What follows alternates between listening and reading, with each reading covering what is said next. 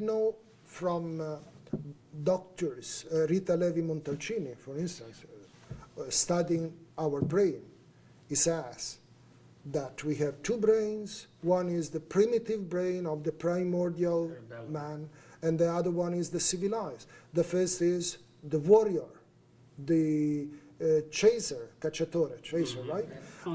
Yeah, and of the and the other one is the cultivated poem, politics, philosophy, and she say, unfortunately, this brain is too young and cannot prevail on the other, so we risk the disaster. We are living in times where we have nuclear armaments everywhere.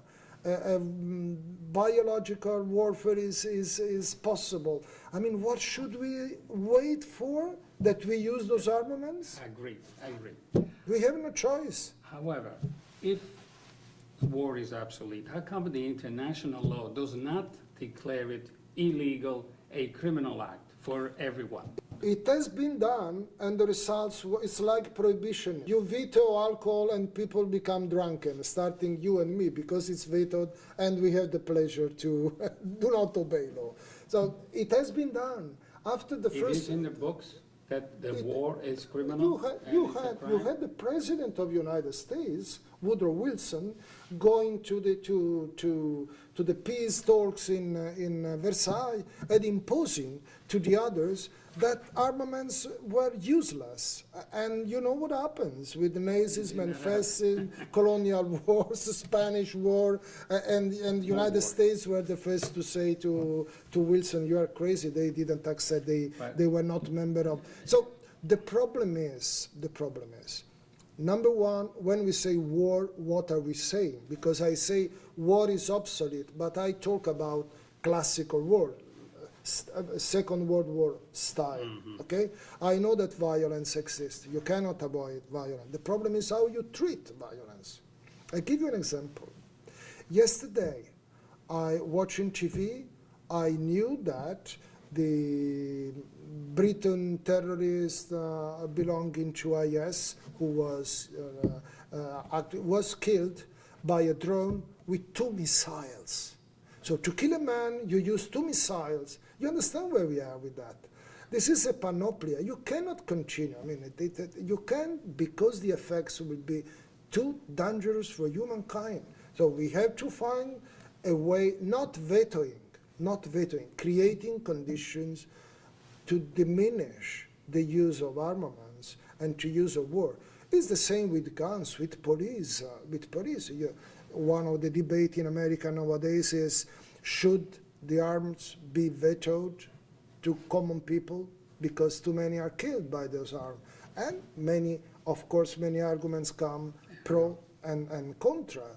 But at the end of the day, you say, well, if we diminish the tension, if we diminish opportunities for using the violence, you don't need any more arms. I don't quite understand when you say, when you prohibit something, people do more of it, like the prohibition with the alcohol. Like prohibition with alcohol. Yeah, but I see that there's a difference. If the international law were to say, or did say, I'm not sure. You have to rule, not to veto. This is what I mean. You have to rule, to give order to using something. Arms, yes, you may use in these conditions. Okay. Armaments, you may use in these conditions. It seems to me it's hypocritical to say, yes, we don't want war, but on certain circumstances, you have to have a war. We don't want that kind of war, I said. When I told you, my theory is that this kind of war, the classical war, is obsolete, not on moral principle, because it doesn't give effects, and the risks are too much high in respect to what you may lose.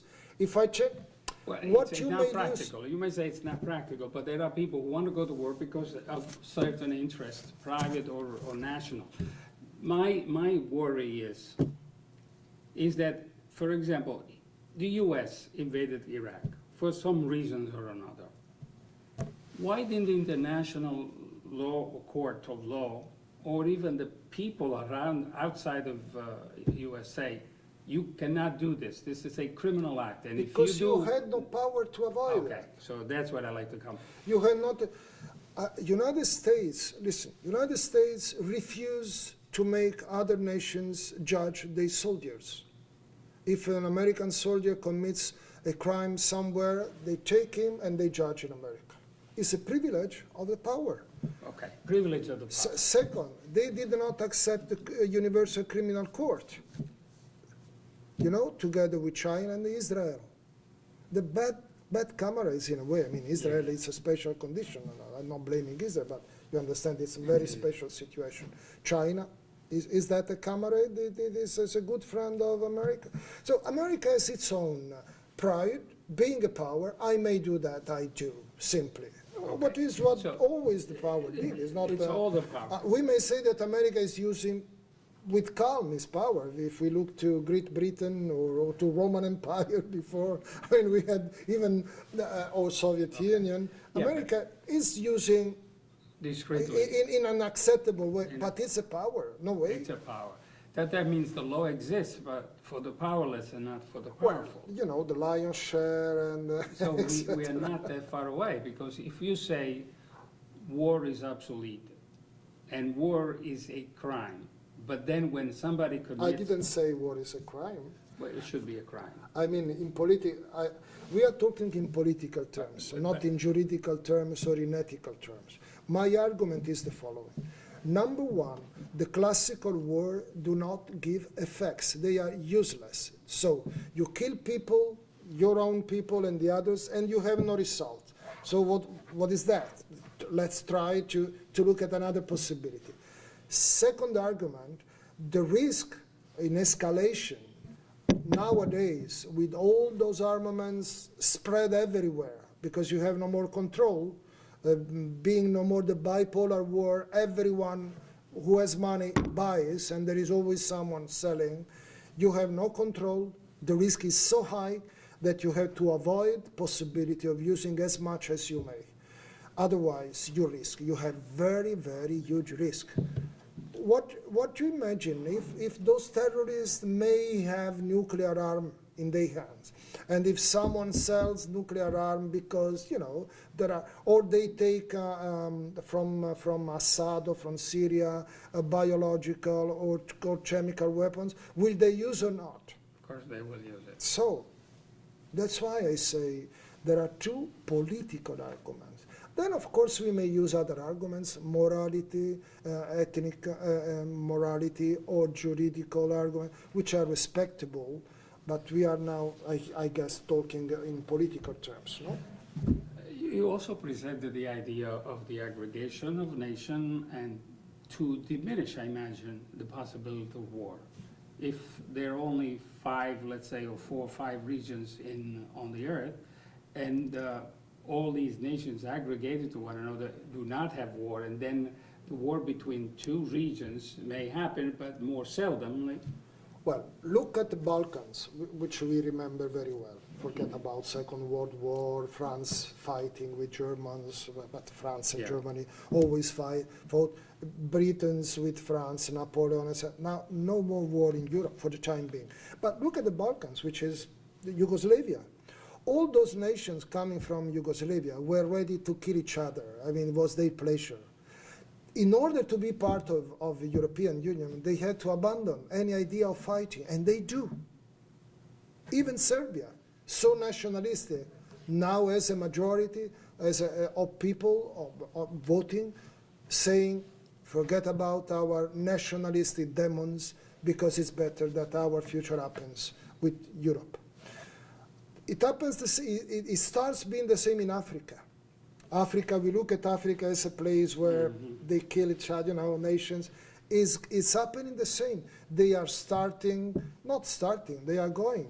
They are going on with processes of regionalization, and every time they have a crisis of a conflict, they ask the region, the African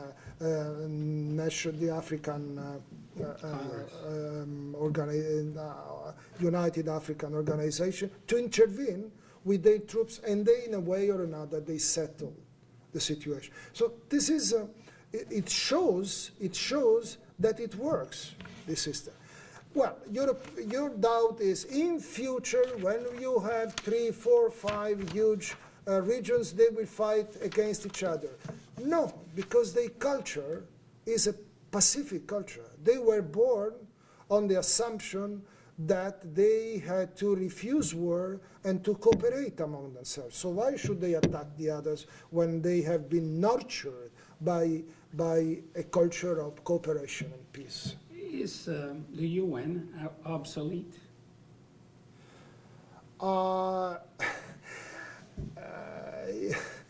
UN is its Security Council. And Security Council is the 5 powers having veto in their hands. This is United They Nations. will not give up. So if they do not decide, United Nations is useless. It's a nice place where people meet and discuss, and diplomatic careers go on, etc. They make experience of different languages, but it's useless. When the Council works, United Nations may act. So I am strongly in favor of United Nations, but I have to look at how they work, and they unfortunately have limit settled long time ago. Why France should be having veto nowadays and Germany no, when Germany is stronger than France? It's a nice question, right? The answer could be because France has nuclear armaments and Germany hasn't. I would say it's very bad, bad answer. It's because France was among the victors. Yeah, of course. And that's what... Of course. But so United Nations has to be reformed, no way. And one of the reform could be giving values to regional aggregation. This could be one of them, because at the end of the day, you have to admit that all of Africa does account more than France or more than UK. Not only It's about logical. Europe, as England, Or France. Europe, or all Europe. But I talk especially about Africa. Europe at least has 2 nations in United Nations core, but Africa has nobody.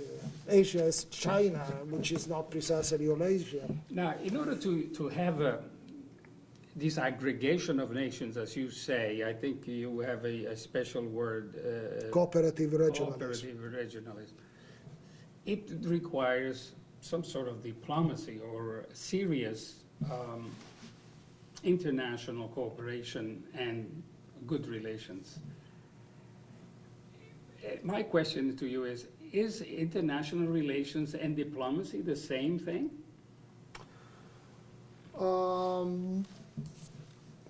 Diplomacy is the foreign action of a state, the ambassadors. Yeah. It means that it is an arm of a state going out of the country, just to make an example.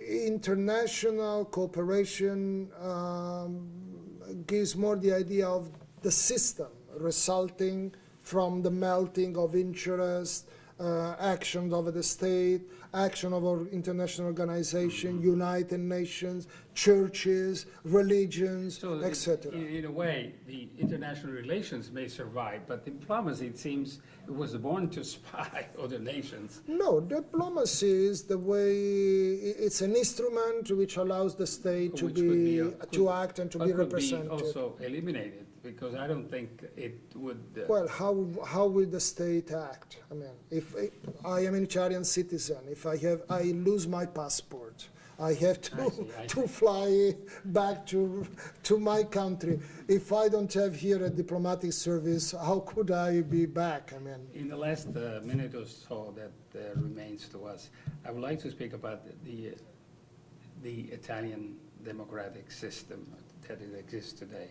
Do you think that the democratic system in Italy is fair, both for the north as for the south of Italy?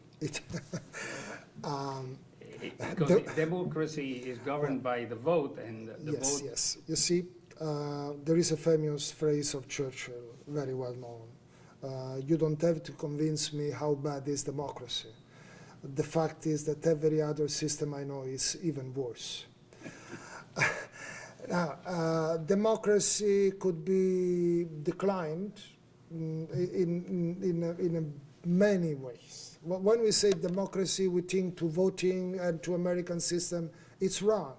How many people elects the president of United States? Sure.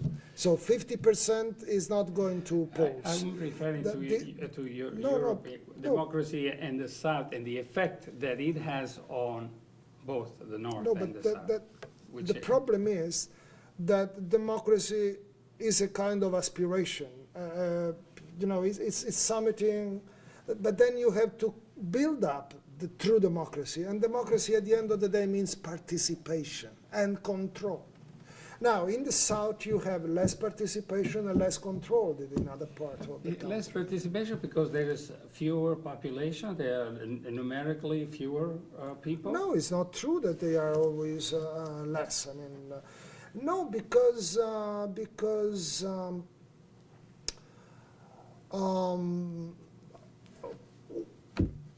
let's say when democracy could be interpreted as effective, full-fledged, when people knows what is a political system, it takes part, is free choosing. If you promise a vote to someone who give you 1,000 euros or employs your son I'm not referring to the to that kind of situation. I'm referring to a situation in which, for example, railroads need to be constructed, and the vote comes up that it be done in the North. It will be done because the vote is there, money is allocated to the North. When it comes to construction of railroad in the South, and the North vote against it, and because they have a majority, the railroad is not built in the South. No, but this is not even on a regular no, nothing to do. Even because when you say majority, what do you mean? Majority of parliamentarians? The vote, yeah, the vote that allocates the funds in this instance. No, but sincerely, historically, the state allocated for the development of the South a lot of money. We had institution, Erie, which worked for decades and decades to spend money to the South. The problem is that you have problems like so-called cathedral in the desert. You make a cathedral and there are no faithful people. So it means that if you build up, instead of supporting, for instance, tourism or agriculture, you build petrochemical industry or heavy industry because your ideology is we have to transfer industry to the South, then the disaster comes. Because there is no culture, no industrial culture, is not from bottom up. It's in a way So it will top-down remain process. How can that system change? The people in the South are quite poor, are quite destitute, Yeah, but are quite desperate. many responsibilities belong to them. Many responsibilities belong to them. Mm. I mean, the South is a problem also because the Southerners are a problem for themselves.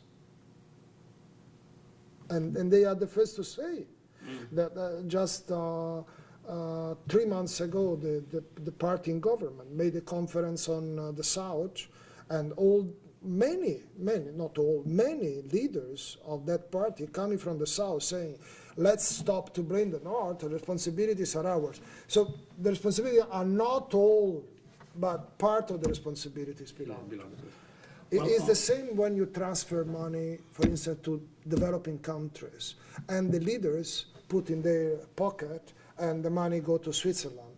And then you wish to blame the North because, no, they say, but we give, to whom we gave money? Yeah. Yeah. On this note, we end. Thank you very much. It has been a pleasure. Thank you. It has been a pleasure to have a conversation with Professor Luigi Troiani, and we will come again next time with another Italian-American writer.